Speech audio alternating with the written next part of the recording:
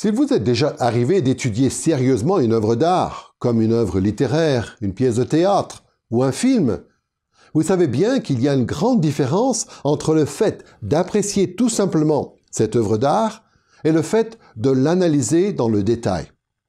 Analyser méticuleusement une œuvre d'art peut s'avérer être un travail laborieux, contraignant, très différent de ce qu'on fait quand on le fait pour le loisir.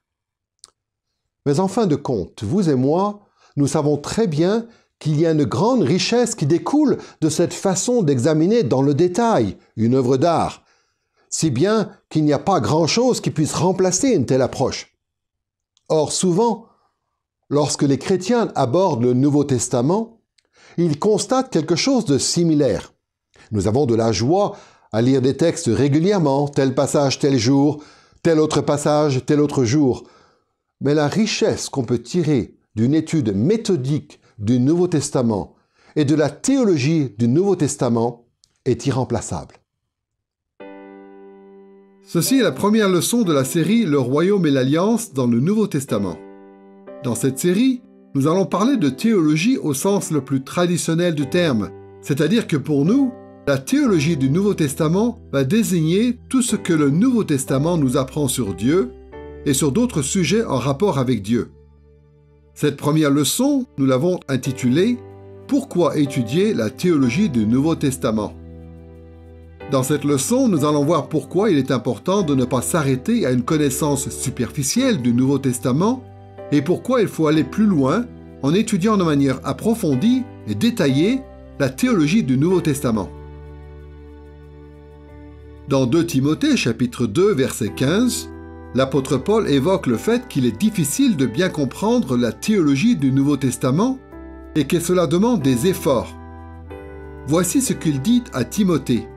« Efforce-toi de te présenter devant Dieu comme un homme qui a fait ses preuves, un ouvrier qui n'a pas à rougir et qui dispense avec droiture la parole de la vérité. » Bien sûr, il y a beaucoup d'éléments de la théologie du Nouveau Testament qui sont relativement simples à comprendre. Mais Paul dit clairement qu'il n'est pas toujours facile de bien comprendre les Écritures. Timothée est appelé à être un ouvrier qui dispense avec droiture la parole de la vérité. Le terme grec qui est traduit ici par ouvrier est ergates, un terme qui désigne souvent des gens qui travaillent physiquement. Ce que la métaphore de Paul implique, c'est que pour bien assimiler la théologie du Nouveau Testament, il faut parfois fournir beaucoup d'efforts. Mais si l'étude de la théologie du Nouveau Testament est si difficile, pourquoi le faire ? Je trouve vraiment intéressant que Paul, dans sa lettre à Timothée, et en l'espace de quelques phrases, affirme d'une part que les Écritures ont été données par l'Esprit de Dieu, elles ont été inspirées ou soufflées par Dieu. Mais ensuite, Paul dit à Timothée, « Étudie, travaille dur, afin de te présenter comme un ouvrier de Dieu qui a fait ses preuves. Étudie les Écritures et dispense-les avec droiture. » En fait, les Écritures reflètent cette relation d'alliance que nous avons avec Dieu. Il y a d'une part l'initiative miséricordieuse de Dieu qui a bien voulu nous parler, mais il y a aussi d'autre part notre responsabilité qui consiste à répondre à sa parole.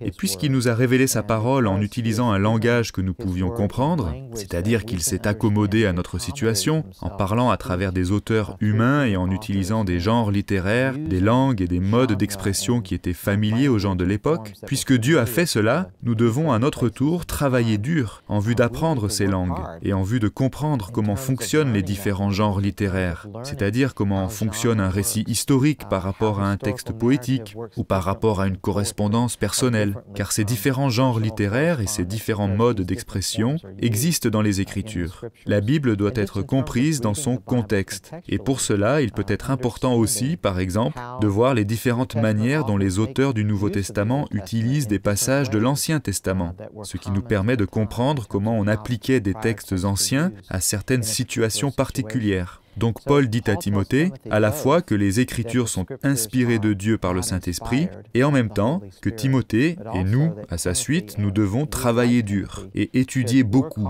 pour nous présenter comme des ouvriers qui avons fait nos preuves et qui dispensons avec droiture les Écritures.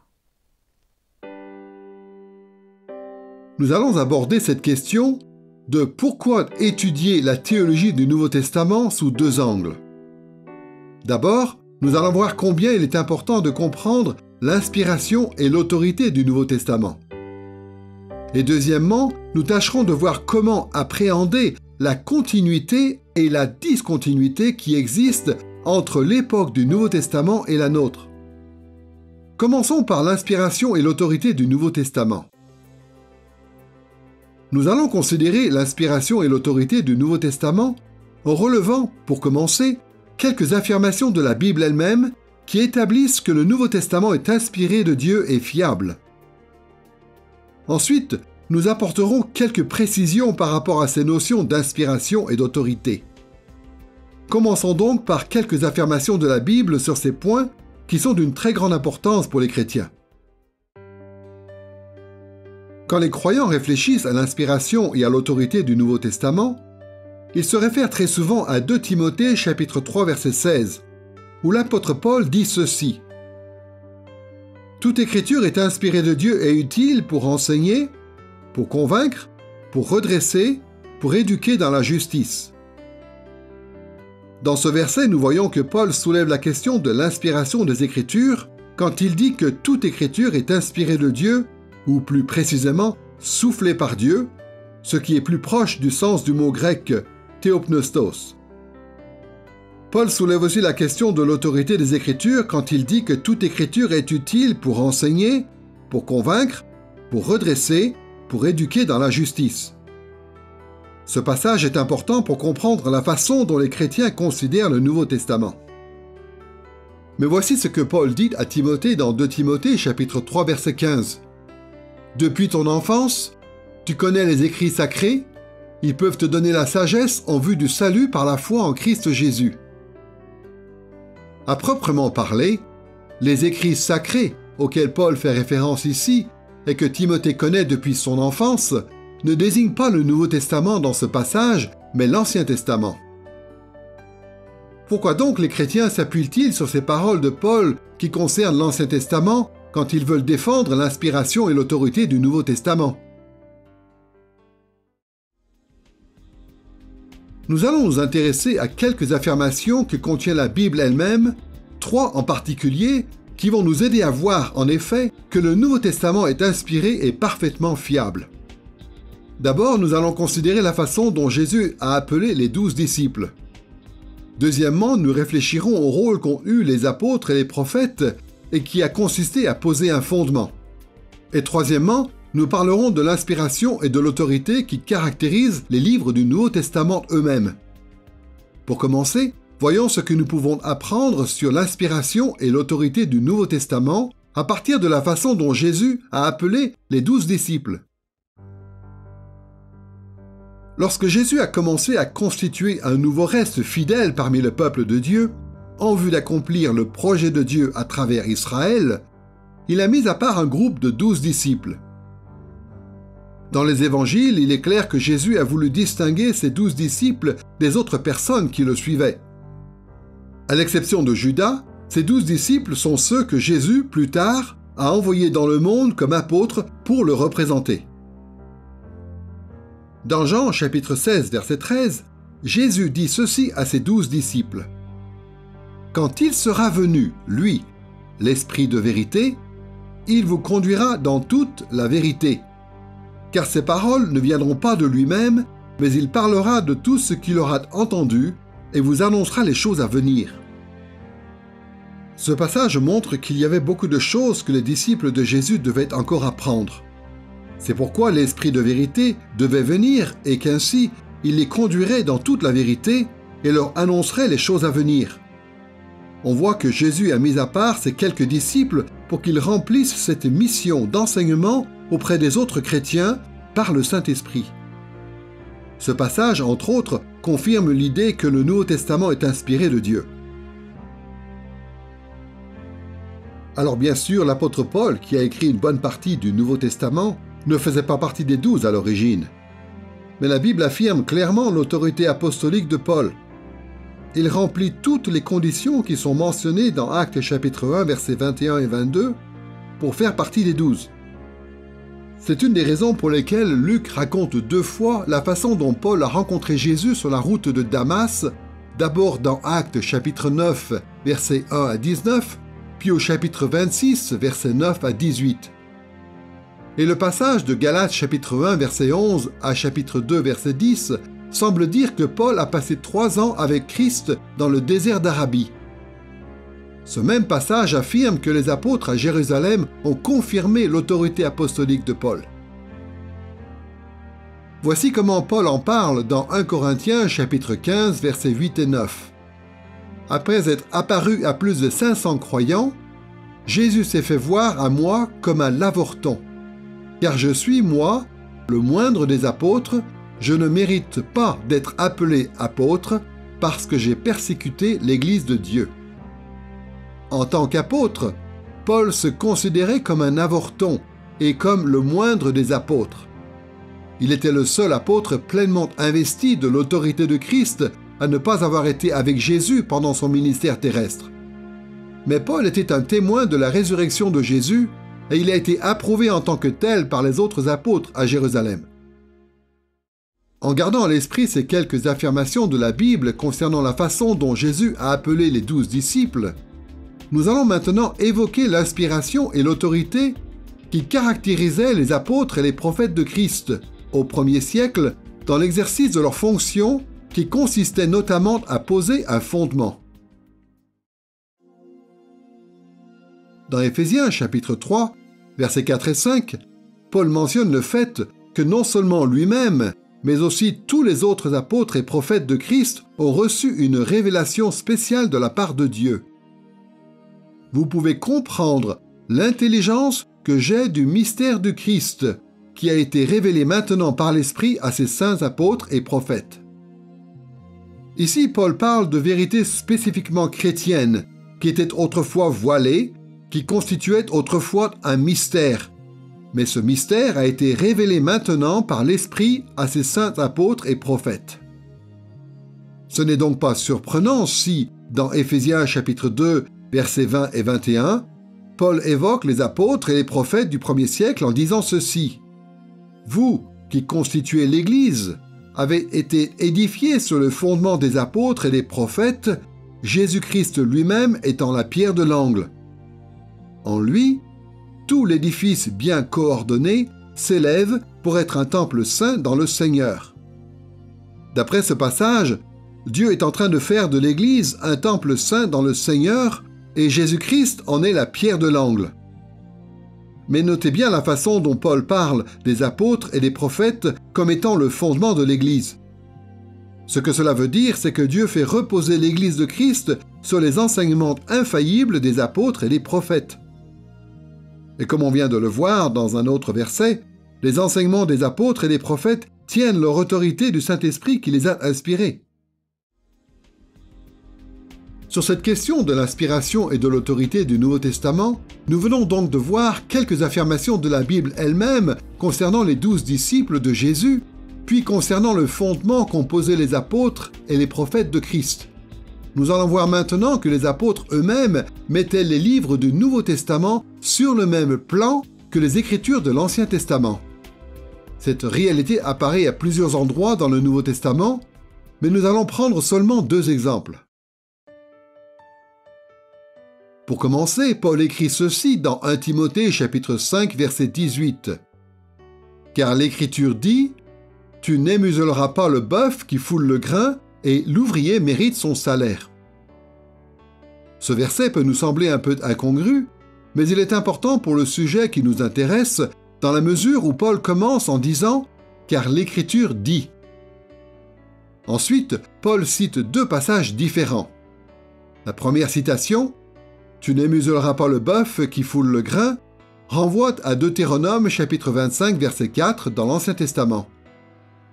Mais la deuxième citation, « L'ouvrier mérite son salaire », vient de Luc chapitre 10 verset 7. Cette corrélation entre l'autorité de l'Ancien Testament et l'autorité du Nouveau montre que Paul mettait les écrits des apôtres et des prophètes de Christ sur le même plan que les Écritures de l'Ancien Testament. On constate quelque chose de similaire dans 2 Pierre chapitre 3, versets 15 et 16, où l'apôtre Pierre dit ceci. Paul vous l'a aussi écrit selon la sagesse qui lui a été donnée. C'est ce qu'il fait dans toutes les lettres où il parle de ces sujets et où se trouvent des passages difficiles à comprendre dont les personnes ignorantes et mal affermies tordent le sens comme elles le font du reste des Écritures. Dans ce passage, Pierre reconnaît que Paul écrit selon la sagesse qui lui a été donnée, sous-entendu par Dieu. Autrement dit, les écrits de Paul font autorité puisqu'ils viennent de Dieu. Mais il faut aussi remarquer la façon dont Pierre dit que les adversaires de la foi chrétienne tordent le sens des lettres de Paul, comme ils le font du reste des Écritures. Dans le contexte général des épîtres de Pierre, les Écritures désignent normalement les Écritures de l'Ancien Testament. Ce que nous voyons ici, c'est que Pierre considère les écrits du Nouveau Testament comme ayant la même inspiration et la même autorité que l'Ancien Testament. La Bible affirme donc l'inspiration et l'autorité du Nouveau Testament en tant que parole de Dieu destinée à son Église. Jésus lui-même a promis à ses apôtres que le Saint-Esprit les conduirait dans la vérité. Et il a confié à ses apôtres et à ses prophètes une autorité particulière pour qu'ils constituent le fondement de l'Église. Et de la même façon que le peuple de Dieu avait reçu les Écritures de l'Ancien Testament comme parole inspirée et infaillible de Dieu, l'Église aussi était appelée à reconnaître l'inspiration et l'autorité des écrits des apôtres et des prophètes de Christ. Nous venons donc de voir quelques affirmations de la Bible, parmi de nombreuses autres, qui établissent l'inspiration et l'autorité du Nouveau Testament. Nous devons maintenant apporter quelques précisions sur le sens de ces termes. Il arrive que les chrétiens se méprennent sur le sens des termes inspiration et autorité appliqués au Nouveau Testament. Il est donc important non seulement d'affirmer que ces notions sont vraies, mais aussi de s'assurer qu'on a bien compris ce qu'elles veulent dire. Nous allons donc apporter quelques précisions relatives à ces deux caractéristiques du Nouveau Testament. D'abord, nous allons voir ce que signifie plus précisément l'inspiration du Nouveau Testament, et deuxièmement, nous parlerons de l'autorité du Nouveau Testament. Commençons par l'inspiration du Nouveau Testament. Tout au long de l'histoire, il y a eu des gens qui se sont dits disciples de Christ tout en ayant des avis différents par rapport à l'idée que le Nouveau Testament a été inspiré de Dieu ou soufflé par Dieu. Ces différentes positions constituent un spectre assez large. À une extrémité du spectre, il y a les théologiens qui ont une compréhension de l'inspiration qu'on pourrait qualifier de romantique. Ils estiment que le Saint-Esprit a inspiré les auteurs bibliques à la manière de cette inspiration qui incite les poètes ou les musiciens séculiers à écrire ou à composer. Par conséquent, ces théologiens pensent que le Nouveau Testament ne reproduit essentiellement que les réflexions ou les opinions personnelles de ces auteurs humains.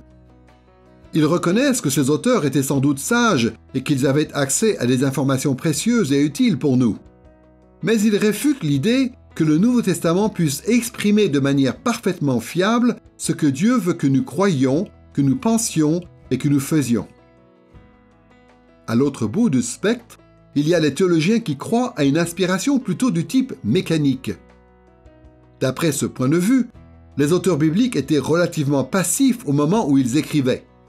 D'une certaine façon, le Saint-Esprit a dicté la Bible et les auteurs humains n'ont eu qu'à mettre sur le papier ce que le Saint-Esprit leur disait. Cette compréhension de l'inspiration reconnaît la véracité et l'autorité du Nouveau Testament, mais ne reconnaît pas l'idée que les auteurs humains aient pu avoir une part importante dans la composition et la rédaction des textes. Enfin, la plupart des chrétiens évangéliques croient à ce qu'on appelle l'inspiration organique. En employant ce terme d'organique, ce qu'on veut dire, c'est qu'il est impossible de séparer l'action du Saint-Esprit de Dieu de l'action des auteurs humains de l'Écriture. D'après cette position, le Saint-Esprit a poussé les auteurs humains à écrire, puis il a supervisé et dirigé leurs paroles. Le résultat, c'est que les paroles de l'Écriture sont les paroles de Dieu. En même temps, le Saint-Esprit a utilisé les différentes personnalités, les différentes expériences, les différents points de vue et les différentes intentions des auteurs humains lorsqu'il a guidé leur travail d'écriture. Et donc, les paroles de l'écriture sont aussi les paroles respectives des différents auteurs humains. Cette troisième position correspond le mieux à ce que l'écriture elle-même dit sur ce qu'est l'inspiration.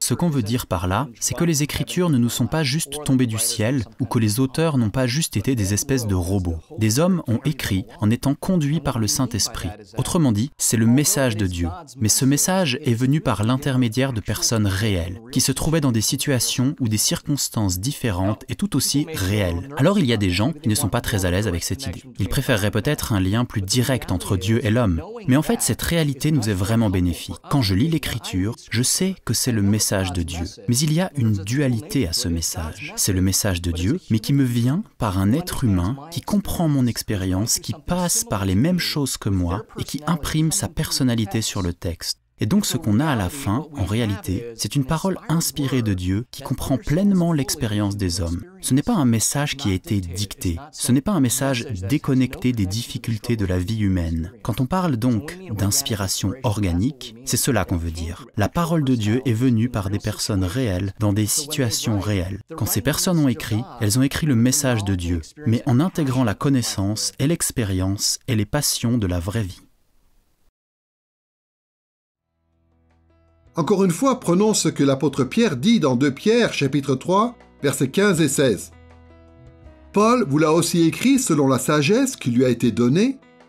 C'est ce qu'il fait dans toutes les lettres où il parle de ces sujets, où se trouvent des passages difficiles à comprendre, dont les personnes ignorantes et mal affermies tordent le sens, comme elles le font du reste des Écritures. Comme on l'a dit précédemment, Pierre reconnaît que l'Esprit de Dieu a inspiré les lettres de Paul. Mais avez-vous remarqué la façon dont Pierre indique en même temps que cette inspiration est organique? Quand Pierre dit que dans les lettres de Paul se trouvent des passages difficiles à comprendre, il dit quelque chose concernant l'arrière-plan de Paul, sa personnalité et son style d'écriture. Cette phrase de Pierre reflète la haute éducation rabbinique de Paul. Il y a dans ce que dit Pierre un exemple que nous devrions suivre dans notre étude de la théologie du Nouveau Testament. Il est important que nous gardions à l'esprit le fait que les enseignements théologiques de la Bible sont inspirés de Dieu. Ces enseignements sont vrais et parfaitement fiables car ils viennent de Dieu lui-même. Mais il est aussi important que nous fassions l'effort de comprendre qui sont les auteurs humains de ces textes et quelles sont leurs intentions lorsque nous étudions la théologie du Nouveau Testament. En fait, la notion d'inspiration organique comporte des implications très importantes pour l'étude de la théologie du Nouveau Testament. Dans la perspective de l'inspiration purement romantique ou dans celle d'une inspiration purement mécanique, soit on va négliger l'autorité du texte, soit on va négliger la contribution de l'auteur. Mais la réalité de l'inspiration organique nous oblige plutôt à aborder la théologie du Nouveau Testament à au moins 3 niveaux différents. Le premier niveau, le plus évident, c'est celui du texte lui-même. Dans le texte, il y a des affirmations explicites qui ont beaucoup de choses à nous apprendre sur la théologie du Nouveau Testament. En dessous du texte, il y a un deuxième niveau, celui des présupposés théologiques des auteurs du Nouveau Testament, des présupposés qui sont souvent implicites et qui ne sont pas énoncés dans le texte. Il nous revient d'étudier l'arrière-plan des auteurs et leur a priori théologique. Et nous devons essayer de voir en quoi leur arrière-plan et leurs croyances influencent ce qu'ils écrivent. Enfin, à un troisième niveau, qui se trouve cette fois au-dessus du texte, nous devons réfléchir aux intentions implicites des auteurs. Autrement dit, dans quel but tel ou tel auteur écrit-il ceci à ses destinataires? Parfois, les auteurs du Nouveau Testament disent très clairement et spécifiquement ce qu'ils espèrent produire chez leurs destinataires. Mais le plus souvent, ils s'attendent à ce que leurs destinataires déduisent par eux-mêmes ce qui est impliqué dans le texte. Bien sûr, comme on peut l'imaginer, il est difficile de toujours tenir compte tout à la fois des affirmations explicites, des présupposés théologiques et des intentions implicites quand on étudie le Nouveau Testament. Il y a un effort à fournir, parfois fastidieux. Mais l'inspiration organique est telle que nous devons impérativement étudier la théologie du Nouveau Testament sur ces 3 niveaux. Nous venons de voir quelques précisions concernant l'inspiration organique du Nouveau Testament. Maintenant, nous allons préciser ce que signifie l'autorité des Écritures du Nouveau Testament et comment nous devrions répondre à cette autorité aujourd'hui. Tous les chrétiens évangéliques croient, avec raison, que notre vie est soumise à l'autorité du Nouveau Testament. Mais il est important de bien comprendre quelle est la nature de cette autorité. Malheureusement, beaucoup de croyants bien intentionnés oublient que le Nouveau Testament ne nous a pas été adressé directement. Pour le dire autrement, le Nouveau Testament a été écrit pour nous, mais pas directement à nous. Nous savons bien que le Nouveau Testament a été écrit il y a de nombreux siècles et qu'il a été donné à l'origine aux gens qui vivaient à cette époque. Mais cette réalité est souvent négligée dans la façon dont nous recevons l'autorité du Nouveau Testament. Il y a donc quelque chose de très important à dire concernant l'autorité du Nouveau Testament. C'est que la théologie du Nouveau Testament fait pleinement, mais indirectement autorité dans la vie des chrétiens d'aujourd'hui. Cette réalité implique que nous soyons toujours prêts à rechercher autant que possible ce que les textes du Nouveau Testament voulaient dire pour leur destinataire d'origine. Quand les chrétiens commencent à lire le Nouveau Testament, ils sont généralement séduits par le caractère relativement simple de ses enseignements. Ils lisent des phrases comme « Jésus est Seigneur »,« Repentez-vous et croyez à l'Évangile »,« Aimez-vous les uns les autres » et toutes sortes d'autres affirmations essentielles. Et il n'y a pas tellement matière à réflexion pour ce qui est des circonstances historiques, de la personnalité ou de l'intention des auteurs. Dans la pratique, ces affirmations de base peuvent être reçues comme des vérités intemporelles.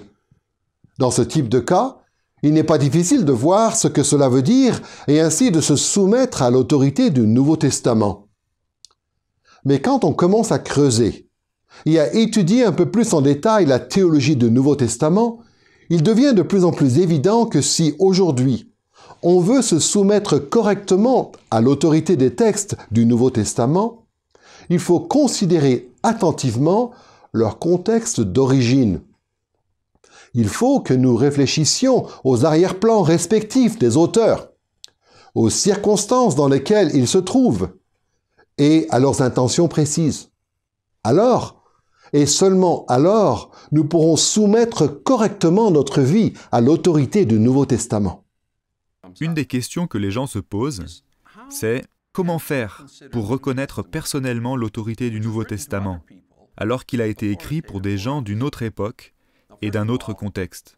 Alors avant tout, le Nouveau Testament fait autorité dans le sens où il a le droit ou le pouvoir d'exiger notre assentiment. Et d'autre part, entre ceux qui ont reçu à l'origine ces écrits canoniques et nous, il y a deux liens que l'on doit faire. D'abord, l'auteur divin de ces textes est le même hier, aujourd'hui et pour l'éternité. Nous aussi, nous sommes en relation avec le même Dieu.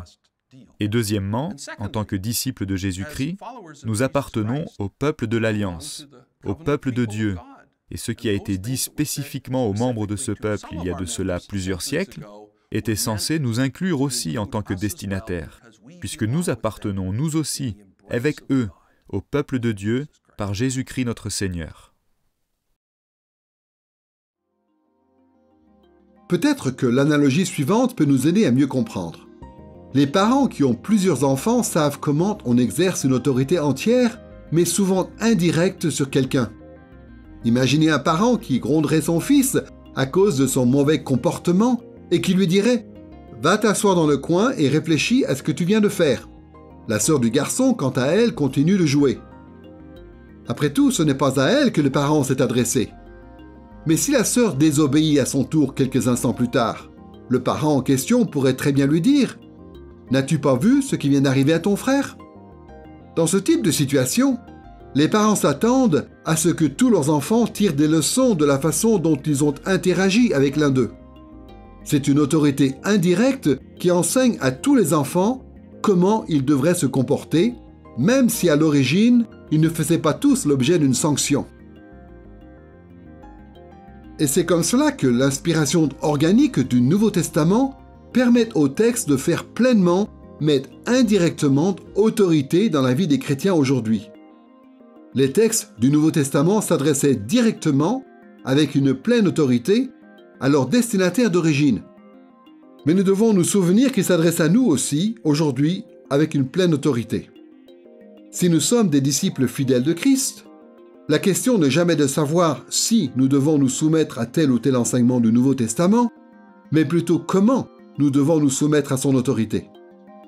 Et donc, pour pouvoir déterminer la façon dont nous sommes censés répondre à cette autorité, nous devons nous pencher sur l'intention d'origine de tel ou tel passage et sur les circonstances dans lesquelles il a été écrit. Question que les gens se posent parfois par rapport à la parole de Dieu, c'est la suivante. Comment est-ce qu'un message qui a été donné à des gens il y a 2000 ans peut s'appliquer à nous aujourd'hui? Comment ces textes peuvent-ils être la parole de Dieu pour nous? Eh bien justement, la clé, c'est de se rendre compte que même si ces textes n'ont pas été envoyés à nous, ils sont quand même la parole de Dieu pour nous. Et s'il y a une chose que tous les livres de la Bible, tous les genres littéraires de la Bible, toutes les différentes situations ont en commun, c'est que tout cela révèle qui est Dieu. Tout cela révèle qui nous sommes et notre relation à lui. Tout cela révèle pourquoi nous existons dans le monde, comment nous sommes censés répondre à Dieu et comment nous sommes censés agir les uns vis-à-vis des autres. Et donc en fin de compte, ce que l'Écriture nous permet de connaître, c'est le cœur de Dieu. Nous y découvrons qui Dieu est et quel est son projet. Et même si les textes ont été destinés à l'origine à des gens qui appartenaient à un contexte complètement différent du nôtre, même si les commandements qui leur ont été adressés ne s'appliquent pas directement à nous aujourd'hui, ces textes nous permettent quand même d'apprendre beaucoup de choses sur qui est Dieu, sur son projet, sur qui nous sommes et sur comment nous sommes censés répondre à Dieu. Donc en fin de compte, ce que je dirais, c'est que la Bible nous révèle le cœur de Dieu et le projet de Dieu. Et par conséquent, elle nous guide dans la façon dont nous sommes censés vivre avec Dieu et les uns avec les autres. Par exemple, dans Matthieu chapitre 19, verset 21, Jésus donne des instructions très précises à un jeune homme riche.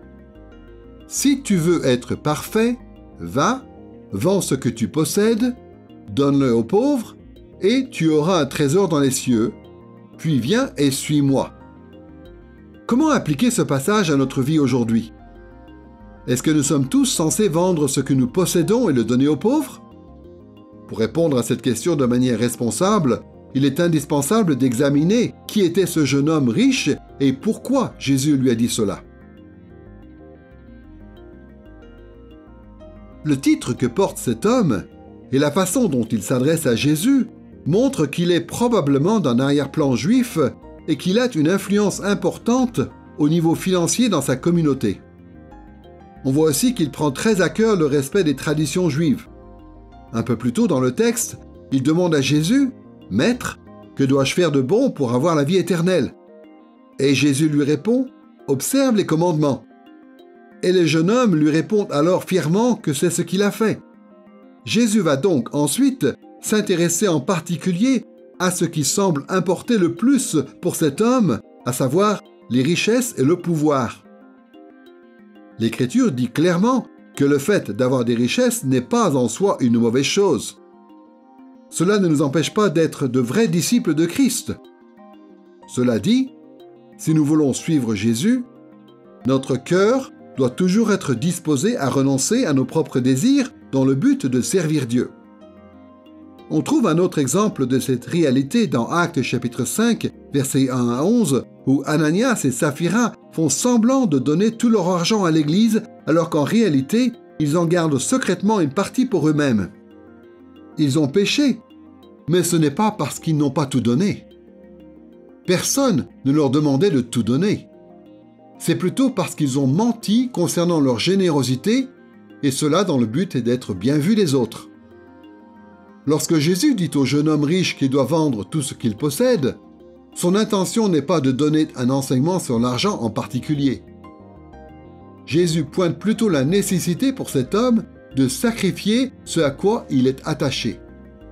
Jésus met précisément le doigt là où ça fait mal, en dénonçant ce à quoi cet homme n'est pas disposé à renoncer, à savoir ses richesses.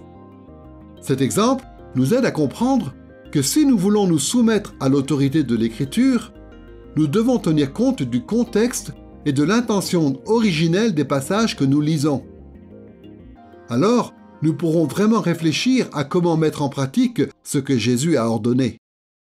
Tout comme l'Ancien Testament, n'est pas un recueil de maximes intemporelles, dont la pertinence serait automatiquement évidente dans toutes les cultures.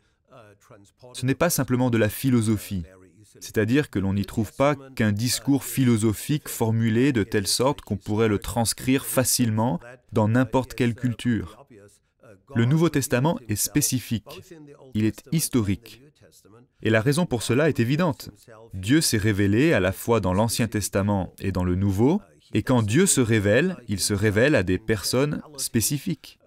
Dieu ne se révèle pas par des généralités, qui en fin de compte n'auraient plus aucune pertinence pour qui que ce soit, puisque ce serait tellement général. En fait, Dieu s'est révélé à Abraham, à Isaac, à Jacob, à Moïse, à David, à Ésaïe, à Jérémie, et ensuite, par Jésus, il s'est révélé aux disciples, à Pierre, à Paul et aux autres. Ce sont des personnes spécifiques, dans des circonstances spécifiques. Et c'est inévitable. Dieu est le Créateur et la création existe dans l'espace et dans le temps. Et donc, quand Dieu se révèle, il doit forcément le faire dans l'espace et dans le temps. Jusqu'ici, dans cette leçon sur pourquoi étudier la théologie du Nouveau Testament, nous avons vu que l'inspiration et l'autorité du Nouveau Testament nous obligeaient à étudier autant que possible le contexte historique d'origine de chaque livre du Nouveau Testament. Maintenant, nous allons évoquer la continuité et la discontinuité qui existent entre notre époque et celle du Nouveau Testament. Imaginez qu'on vous offre un livre qui a été écrit il y a 500 ans. La langue serait un peu différente de celle d'aujourd'hui. Les différents concepts seraient présentés d'une manière qui pourrait vous paraître un peu inhabituelle. Les coutumes et les traditions mentionnées dans le livre vous sembleraient démodées. Mais en même temps, en y consacrant quelques efforts, vous pourrez peut-être voir qu'il y a en fait un lien entre ce livre et votre vie aujourd'hui. Même si un livre a été écrit il y a très longtemps, cela ne veut pas dire qu'il est complètement différent du monde dans lequel vous vivez maintenant. Un tel livre ne serait pas si étrange que vous ne pourriez pas le comprendre. Il faudrait peut-être y travailler. Mais en fin de compte, vous pourriez sans doute discerner ce que ce livre ancien veut dire. Et c'est le défi auquel on est confronté quand on veut étudier le Nouveau Testament. Il a été écrit il y a pratiquement 2000 ans. Et par conséquent, son langage, ses concepts, ses coutumes et ses traditions ne sont pas ceux de notre monde moderne. Mais en même temps, si on s'applique à étudier ces choses, on verra que le Nouveau Testament continue et de bien des manières d'être pertinent aujourd'hui. Le fait que la Bible ait été écrite il y a 2000 ans est important, car cela veut dire que la Bible a été écrite dans une culture particulière, à une époque particulière.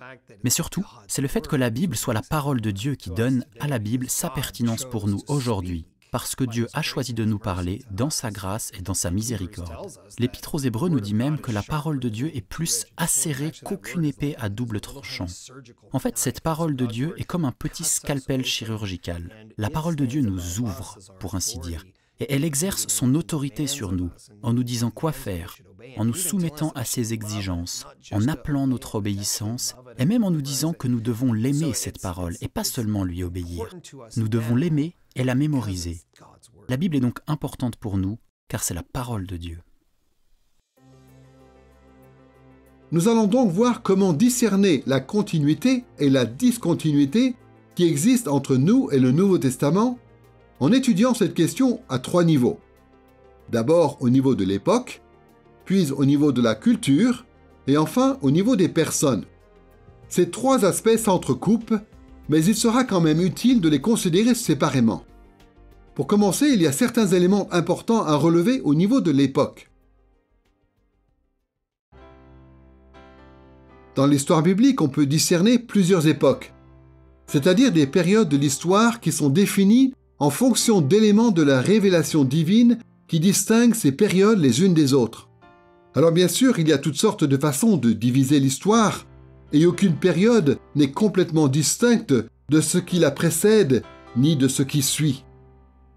Néanmoins, il est très courant de diviser l'histoire biblique de la manière suivante. D'une part, l'époque du Nouveau Testament, d'autre part, les différentes époques de l'Ancien Testament. La période du Nouveau Testament est identifiée à la période de la Nouvelle Alliance. Cette époque commence lors de la première venue de Christ et se poursuit jusqu'à son retour. Il y a une unité à cette ère de la Nouvelle Alliance dans la mesure où c'est la période messianique. C'est la période où Jésus, le fils de David, règne de la part de Dieu. Nous allons relever différents éléments au niveau de l'époque qui sont importants pour l'étude de la théologie du Nouveau Testament. Et pour commencer, nous allons voir plusieurs éléments de continuité qui unifient l'ère de la Nouvelle Alliance.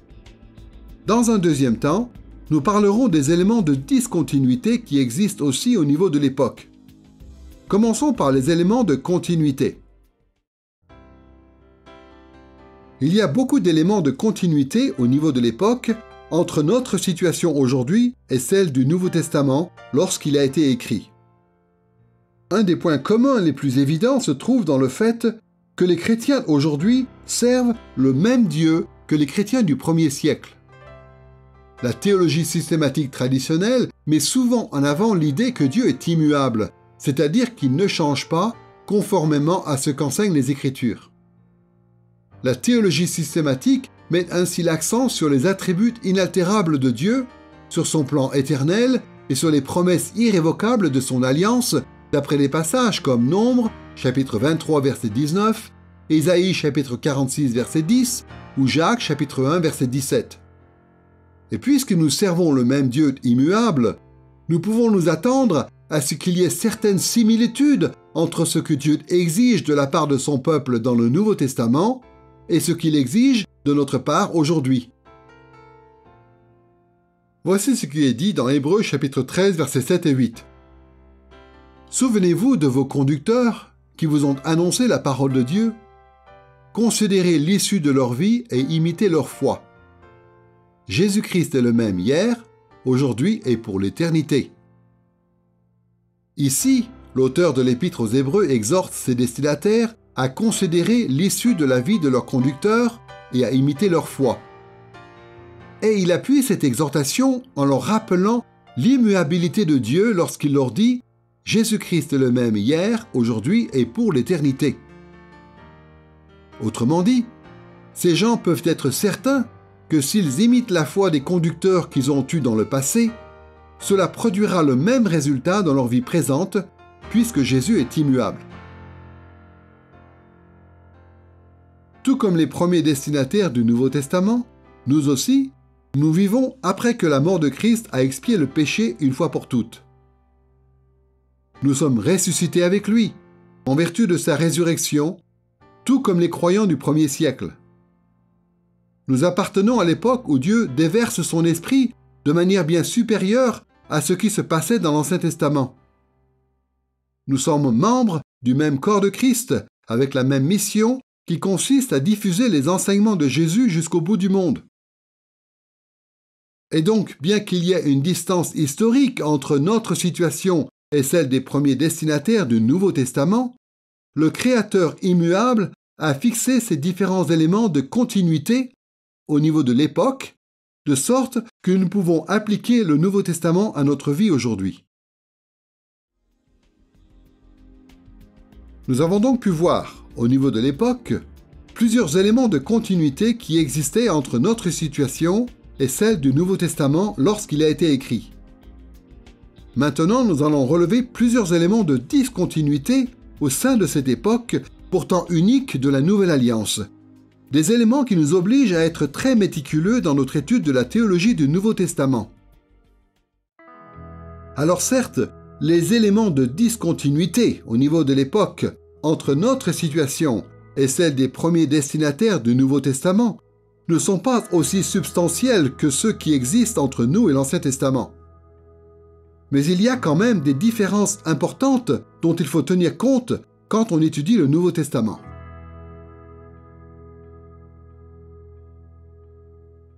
Dans Éphésiens chapitre 2 verset 20, l'apôtre Paul fait allusion à un élément de discontinuité qui figure parmi les plus importants lorsqu'il dit « Vous, qui êtes l'Église, avez été édifiés sur le fondement des apôtres et des prophètes, Jésus-Christ lui-même étant la pierre de l'angle. Dans ce passage, Paul fait une distinction entre le fondement de l'Église, constitué des apôtres et des prophètes, Jésus-Christ lui-même étant la pierre de l'angle, et le reste de l'Église dans l'histoire. Comme on l'a dit précédemment dans cette leçon, depuis près de 2000 ans, l'Église a reconnu l'autorité que Christ et ses apôtres et ses prophètes ont sur nous par rapport aux fondements qu'ils ont posés une fois pour toutes. Mais il faut bien reconnaître en même temps qu'ils ne sont plus présents physiquement avec nous. C'est une évidence, mais cela implique un certain nombre d'éléments de discontinuité entre notre situation et celle du Nouveau Testament lorsqu'il a été écrit. D'abord, le Nouveau Testament contient beaucoup d'exemples de miracles justificatifs, comme on pourrait les appeler, accomplis par Jésus et par ses apôtres et ses prophètes. La capacité qu'ils avaient d'accomplir de tels miracles a servi à attester l'autorité de Jésus et de ses apôtres en les mettant à part en tant que fondateurs de l'Église du Nouveau Testament. Dieu continue d'intervenir de manière surnaturelle dans l'Église aujourd'hui, mais ce n'est pas en recherchant des miracles qu'on discerne l'autorité des conducteurs de l'Église. Dans l'Église aujourd'hui, l'autorité repose plutôt sur la norme que constitue le Nouveau Testament. C'est pour cette raison, notamment, qu'il faut étudier soigneusement la façon dont cette norme doit s'appliquer de nos jours. Ensuite, pour les premiers destinataires du Nouveau Testament, les recours directs aux apôtres et aux prophètes de Jésus étaient possibles.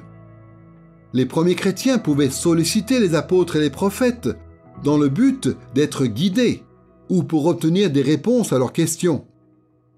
On le voit par exemple dans la façon dont Paul répond aux sollicitations des chrétiens dans des épîtres comme 1 et 2 Corinthiens ou Philémon.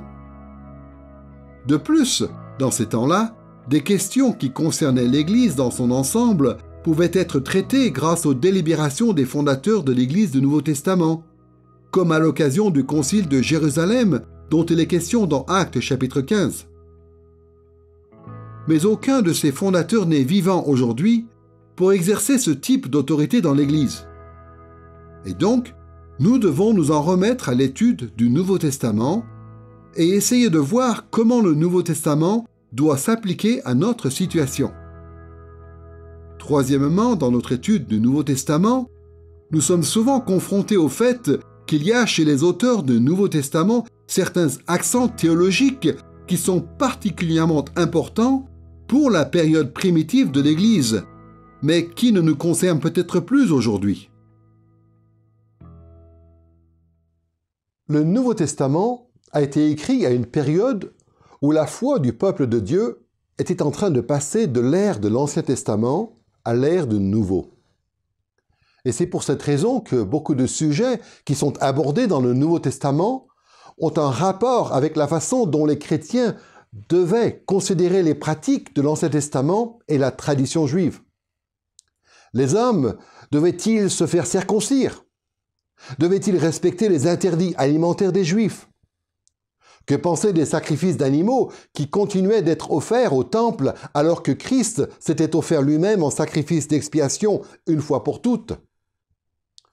Comment intégrer les cérémonies et les fêtes juives à la vie de l'Église? Il est évident que bon nombre de ces problèmes théologiques ont été résolus il y a bien longtemps.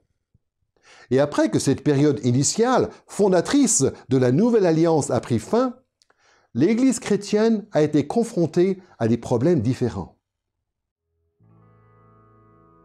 Quand on lit le Nouveau Testament, parfois on a du mal à assimiler ces éléments de discontinuité.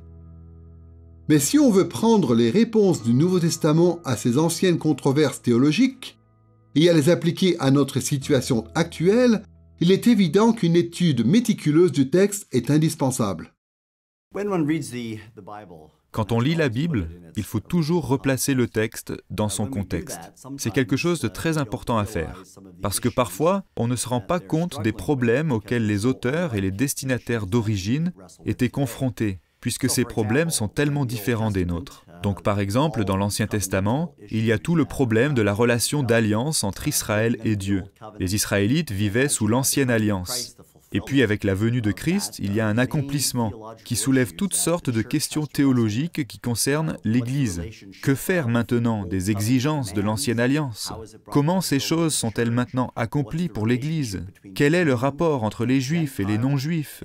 Et même en énumérant ces exemples, je me rends compte que bien souvent, ces catégories elles-mêmes sont absentes de notre réflexion. Et donc, il y a tout un travail à faire de retour vers l'Écriture, en vue de la comprendre dans ses propres termes, dans son propre contexte, dans sa propre forme, pour comprendre comment fonctionne l'Alliance, comment ces choses s'accomplissent en Christ, et ensuite pour essayer de voir comment tout cela s'applique à nous aujourd'hui. Nous avons évoqué la continuité et la discontinuité qui existent entre nous et le Nouveau Testament, d'abord au niveau de l'époque. Maintenant, nous abordons la question au niveau de la culture. En parlant de culture, nous parlons de ce qui caractérise telle ou telle communauté humaine au niveau des concepts, des comportements et des émotions qui sont partagées par l'ensemble de la communauté. La culture s'exprime par exemple dans l'art, ou dans la mode, ou dans la technologie, ou dans les structures politiques, ou dans diverses conventions relatives à l'interaction entre les hommes. Et quand on étudie la théologie du Nouveau Testament, il faut tenir compte de cette dimension culturelle de la vie, à la fois au 1er siècle et de nos jours. Quand on fait ce travail de réflexion au niveau de la culture, il est important de distinguer à la fois des éléments de continuité et des éléments de discontinuité. Parfois, cette tâche est difficile. Et donc, il faut être prêt à étudier soigneusement la question. Pour commencer, voyons quels éléments de continuité on peut discerner au niveau de la culture.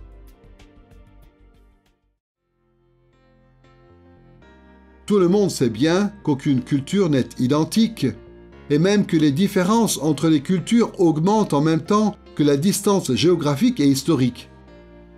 Pourtant, sans sous-estimer ces différences, il n'en demeure pas moins que toute culture humaine existe dans le même monde. De cette réalité découlent toutes sortes d'éléments de continuité qui transcendent le temps et l'espace. Toute culture sur Terre est conditionnée, au moins, par la nature des êtres humains et par l'environnement physique naturel. Dans la mesure où ces facteurs se ressemblent, certains motifs culturels vont se ressembler aussi. Comme il est dit dans Ecclésiaste chapitre 1, verset 9, « Ce qui a été, c'est ce qui sera, et ce qui s'est fait, c'est ce qui se fera. Il n'y a rien de nouveau sous le soleil. » Étant donné cette réalité, on va trouver sans surprise beaucoup de caractéristiques culturelles similaires entre notre époque et celle du Nouveau Testament, une fois qu'on aura regardé au-delà de certaines différences purement superficielles. Par exemple, nous portons encore des vêtements, nous apprécions l'art, nous fondons des familles, nous établissons des gouvernements et nous punissons les crimes, tout comme le faisaient les gens lorsque le Nouveau Testament a été écrit. Et donc, de ce point de vue, on peut noter facilement un grand nombre de similitudes entre la culture du Nouveau Testament et la nôtre aujourd'hui. Prenons par exemple Jean chapitre 4, versets 6 et 7, un passage qui introduit la conversation que Jésus va avoir avec une femme samaritaine. C'était environ la 6e heure, une femme de Samarie vint puiser de l'eau. Jésus lui dit « Donne-moi à boire ». Nous sommes nombreux à déjà avoir entendu des explications concernant l'aspect culturel de ce qui se passe en ce texte. Jésus rencontre une femme de Samarie et lui parle, alors que les Juifs, du temps de Jésus, estimaient que les Samaritains étaient impurs et refusaient de s'associer avec eux. Mais aujourd'hui, un Samaritain, ça ne nous fait ni chaud ni froid. Et la question de la pureté rituelle ou de l'impureté ne nous traverse même pas l'esprit. Néanmoins, on peut facilement voir des parallèles importants entre cet épisode de la Bible et toutes sortes de préjugés sociaux caractéristiques de notre époque. À cet égard, les gens aujourd'hui ne sont malheureusement pas très différents des gens du 1er siècle. Et donc, puisque nous vivons dans le même monde que les gens du Nouveau Testament, Il est souvent assez facile pour nous de faire ainsi un parallèle avec notre situation culturelle présente, malgré les différences. Au niveau culturel, il est donc important de reconnaître qu'il y a des éléments de continuité entre la situation des premiers destinataires du Nouveau Testament et la nôtre. Mais il est aussi important d'apprendre à tenir compte de certains éléments de discontinuité pour bien comprendre la théologie du Nouveau Testament. Nous considérons que l'Écriture est la parole de Dieu et que l'auteur de l'Écriture, en fin de compte, c'est le Saint-Esprit. Souvent, par ces termes, nous exaltons l'Écriture. Et donc parfois, il y a des gens qui se demandent « Eh bien, pourquoi est-ce qu'on aurait besoin d'autre chose à part l'Écriture ? Pourquoi faudrait-il étudier la culture, le contexte et les langues d'origine ? Si on a les Écritures elles-mêmes, et si elles sont la parole de Dieu, est-ce que cela ne suffit pas ? Alors ce que nous disons, c'est que le Saint-Esprit est l'auteur ultime de ces textes, mais que le Saint-Esprit a aussi agi à travers des auteurs humains, de sorte que les Écritures nous sont parvenues dans un contexte historique. L'Écriture ne nous livre pas juste la vérité sous la forme d'une liste de propositions verbales. L'Écriture n'est pas un genre de code civil qui énumérerait toutes sortes de lois en nous disant « fais ceci, ne fais pas cela ». L'Écriture n'est pas juste un recueil de paroles de sagesse où les maximes ou les aphorismes et les proverbes se suivraient les uns après les autres pour nous livrer la vérité. Ces différents éléments sont présents dans l'Écriture. Mais les Écritures sont plus que cela. Elles sont la révélation de Dieu, la révélation de qui il est, de ce qu'il a fait dans l'histoire. Parfois, pour résumer, on dit que l'Écriture est la parole de Dieu reçue dans l'histoire avec les mots des auteurs humains. Et c'est cette précision dans l'histoire qui est importante ici. Si on ne comprend pas le contexte culturel dans lequel les Écritures ont été données, si on ne comprend pas la langue d'origine, alors les Écritures peuvent être facilement mal interprétées. En réalité, il y a beaucoup d'éléments culturels de notre époque qui sont très différents par rapport à l'époque du Nouveau Testament. Ces différences constituent des obstacles à notre interprétation et à notre application de la théologie du Nouveau Testament, qui ne peuvent être surmontés qu'au prix d'un travail considérable. Un des exemples les plus évidents de ce type de discontinuité au niveau de la culture, c'est la langue qui a été employée pour écrire le Nouveau Testament. Il y a relativement peu de disciples de Jésus aujourd'hui qui sont capables de lire le Nouveau Testament dans la langue originale, à savoir le grec. Non seulement cela, mais en plus, il faut tenir compte des conventions de la littérature du 1er siècle et de l'influence des versions de l'Ancien Testament en hébreu et en grec qui ont été utilisées par les auteurs du Nouveau Testament. Il faut aussi remédier à notre ignorance par rapport au fonctionnement de la politique, de l'économie et de la société en général à cette époque. C'est en étudiant consciencieusement ces différentes questions que nous pourrons ensuite nous occuper plus sereinement des nombreux éléments de discontinuité qui existent au niveau de la culture entre le Nouveau Testament et nous aujourd'hui. À Londres, il y a une expression bien connue qu'on pourrait traduire en français par « attention à l'intervalle ». Cet avertissement, on l'entend à chaque fois qu'on sort du métro et qu'il y a un espace plus ou moins important entre la rame et le quai. Le haut-parleur répète constamment « attention à l'intervalle, attention à l'intervalle ». Et il y a là quelque chose d'intéressant à garder à l'esprit par rapport au fait de tenir compte du contexte culturel du Nouveau Testament quand on veut interpréter, enseigner ou prêcher le Nouveau Testament. Il y a cet avertissement. Attention à l'intervalle. Il y a un intervalle, un espace entre leur situation et la nôtre. Il y a un intervalle par rapport à la langue qu'ils utilisaient. Il y a un intervalle par rapport à la façon dont se constituait l'identité d'une personne dans la société. Il y a un intervalle par rapport à ce que ça voulait dire d'être roi. Il y a un intervalle dans pratiquement tous les domaines entre la vie telle qu'elle était il y a 2000 ans et aujourd'hui. Et si nous ne faisons pas attention à l'intervalle, nous allons inévitablement remplir cet intervalle avec notre propre culture, avec notre propre vision des choses. Au lieu de nous soumettre au texte pour voir comment le texte s'applique à notre vie aujourd'hui, nous nous retrouvons à faire l'inverse. Nous faisons de notre vie la règle d'interprétation du texte. Nous injectons notre compréhension dans le texte plutôt que de laisser le texte lui-même nous instruire. Et en faisant cela, nous allons rater le coche. Si nous croyons vraiment que le message d'origine du texte est inspiré, alors nous allons nous efforcer de faire attention à l'intervalle, pour que nous puissions vraiment recevoir la parole de Dieu, plutôt que d'imposer au texte nos propres considérations sociales ou culturelles. Nous venons de considérer la continuité et la discontinuité qui existent entre le Nouveau Testament et nous, d'abord au niveau de l'époque, ensuite au niveau de la culture. Maintenant, nous allons voir l'importance de tenir compte de cette réalité au niveau des personnes. Nous savons tous d'expérience que les gens sont différents. Même les gens qui vivent dans une même culture sont différents les uns des autres. Parfois, quand on rencontre quelqu'un qui vient d'un endroit très lointain, ou quand on lit des récits qui concernent les gens du passé, on se rend compte que les différences psychologiques, les différences émotionnelles ou les différences spirituelles entre les gens peuvent être considérables. Notre expérience à chacun est différente. Nos forces, nos peurs, nos talents, nos aspirations spirituelles, tout cela est différent en fonction des personnes. La liste est longue. Et donc, quand on étudie la théologie du Nouveau Testament, il nous faut tenir compte des similitudes et des différences qu'il y a entre les gens aujourd'hui et les gens de l'époque du Nouveau Testament.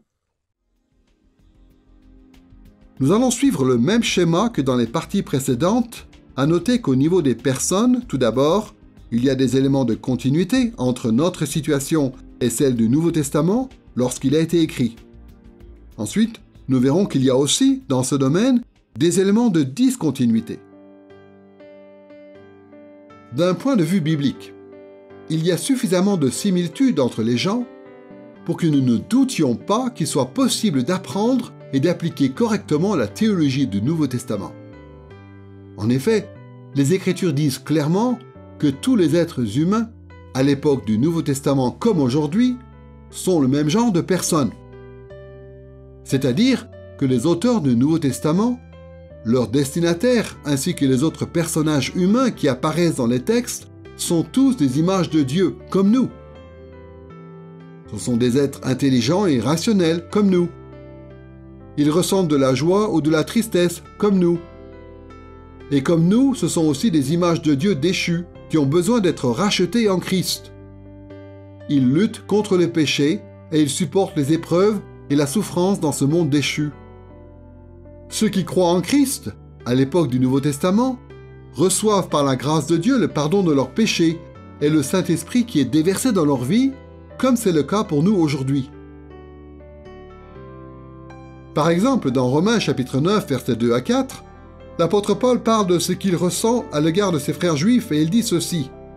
« J'ai une grande tristesse et un chagrin continuel dans le cœur, car je souhaiterais être moi-même anathème et séparé du Christ pour mes frères, mes parents selon la chair, qui sont les Israélites. » Dans ces versets, on découvre quelque chose de très personnel et de très émotionnel concernant Paul.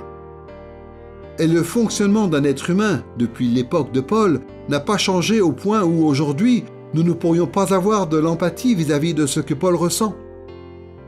Au niveau des personnes, il y a donc des éléments de continuité de ce type qui font que souvent, nous arrivons assez facilement à comprendre ce que les auteurs du Nouveau Testament, leurs destinataires et les autres personnages du texte ont vécu. Et nous arrivons à tirer des applications de leur expérience.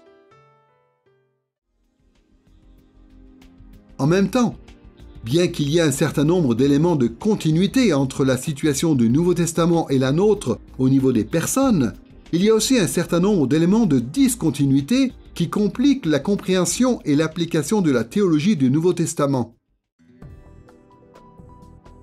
Parfois, le Nouveau Testament s'adresse à des catégories de personnes très particulières, très différentes des personnes que l'on peut rencontrer aujourd'hui. Ce qui fait qu'on peut avoir du mal à rapprocher leur situation de la nôtre. Certaines aspirations personnelles, certaines caractéristiques émotionnelles, et même des questions d'âge et de sexe peuvent constituer des obstacles qu'il nous faut apprendre à surmonter dans notre étude du texte. Dieu s'intéresse aux gens, quel que soit leur contexte, quel que soit leur arrière-plan. Cette réalité est évidente quand on considère tous les différents contextes, les différentes cultures qui sont, en fait, présentes dans la Bible et qui sont évoquées dans différentes parties de la Bible. Et ainsi, une fois qu'on a pris le temps de voir comment Dieu s'est adressé à ces gens dans leur contexte respectif, alors on va pouvoir prendre ces situations comme exemple et on va pouvoir chercher à réappliquer ces enseignements dans nos différents contextes aujourd'hui. Dieu a donné des enseignements pratiques destinés à des contextes particuliers. Et il veut que ces enseignements soient encore mis en pratique aujourd'hui dans d'autres contextes particuliers. Mais il faut qu'on puisse d'abord discerner les principes qui sont dans le texte pour pouvoir ensuite les réappliquer correctement. Par exemple, dans Éphésiens chapitre 6, versets 5 et 9, l'apôtre Paul s'adresse à deux catégories de personnes très particulières. Il dit ceci: « Serviteurs, obéissez à vos maîtres selon la chair, avec crainte et tremblement, dans la simplicité de votre cœur, comme au Christ. Quant à vous, maîtres, agissez de même à l'égard de vos serviteurs. » La plupart d'entre nous, lorsque nous lisons ces paroles, nous comprenons à peu près ce que Paul veut dire aux serviteurs, c'est-à-dire aux esclaves et aux maîtres qui étaient dans l'église d'Éphèse. Mais en réalité, nous n'avons pas vraiment conscience des difficultés particulières auxquelles ces frères et sœurs en Christ étaient confrontés, puisque la plupart d'entre nous n'avons jamais été ni esclaves ni maîtres. Ces gens-là étaient très différents de nous. C'est pour cette raison qu'il faut que nous travaillions dur pour comprendre quelle était l'expérience de ces gens au 1er siècle dans une ville comme Éphèse.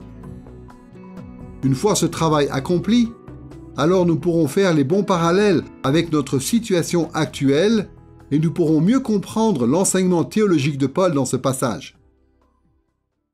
À chaque fois que l'on cherche à savoir comment mettre en pratique le Nouveau Testament, le mot-clé qu'il faut répéter tout le temps, c'est « contexte ». On aimerait bien que l'application de l'Écriture nous soit présentée sur un plateau, toute prête à l'emploi. Mais en fait, ce n'est pas comme ça et ça ne l'était même pas à l'époque du Nouveau Testament.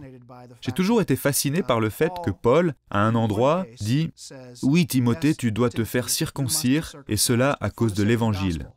Et à un autre endroit, il dit à un autre de ses compagnons, « Non, tu ne dois pas te faire circoncire, et cela à cause de l'Évangile. » Donc un même acte était juste ou non, en fonction du contexte culturel, si vous voulez. Dans un cas, c'est « Timothée, tu dois te faire circoncire pour qu'on puisse atteindre les Juifs. » Voilà, en effet, c'est pour l'Évangile. Dans l'autre contexte, je crois que c'est à Tite que Paul dit « Tu ne dois pas te faire circoncire parce que les gens qui veulent que tu te fasses circoncire pensent que c'est nécessaire pour être sauvé. Et ça, c'est contraire à l'Évangile. » Donc il est vraiment nécessaire de bien comprendre quel est notre contexte culturel actuel et comment les principes de la Bible s'appliquent dans ce contexte. Et ce que cela veut dire, c'est qu'il faut vraiment que nous comprenions la culture autant que l'Écriture.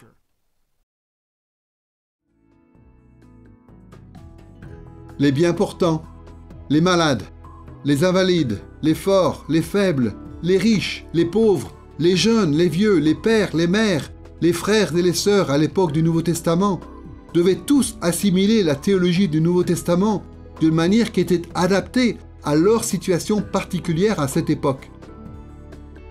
D'une façon ou d'une autre, ces facteurs personnels, parmi d'autres, vont toujours avoir un effet sur la façon dont nous allons, à notre tour, appliquer la théologie du Nouveau Testament à notre époque.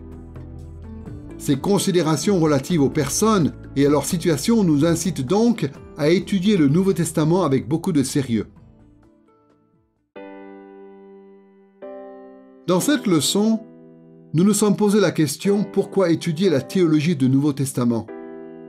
Nous avons considéré l'inspiration et l'autorité du Nouveau Testament et nous avons vu qu'il fallait se consacrer à cette étude parce que le Nouveau Testament est inspiré, ou plutôt soufflé, par Dieu.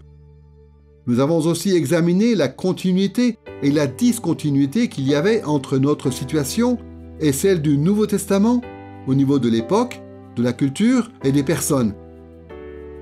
Et nous avons vu que cette réalité avait des répercussions sur notre façon d'étudier, de comprendre et d'appliquer la théologie du Nouveau Testament.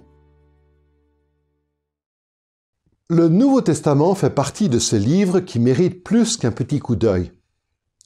C'est la parole de Dieu pour son Église, et pour cette raison, nous devons être prêts à l'étudier avec beaucoup d'attention en vue de comprendre ces textes le mieux possible. Dans les prochaines leçons, nous allons considérer plusieurs façons importantes de poursuivre ce but. En faisant cela, nous verrons qu'il y a beaucoup de bienfaits à tirer d'une étude consciencieuse de cette partie de la Bible. Et nous verrons encore et encore combien l'étude de la théologie du Nouveau Testament est une discipline indispensable.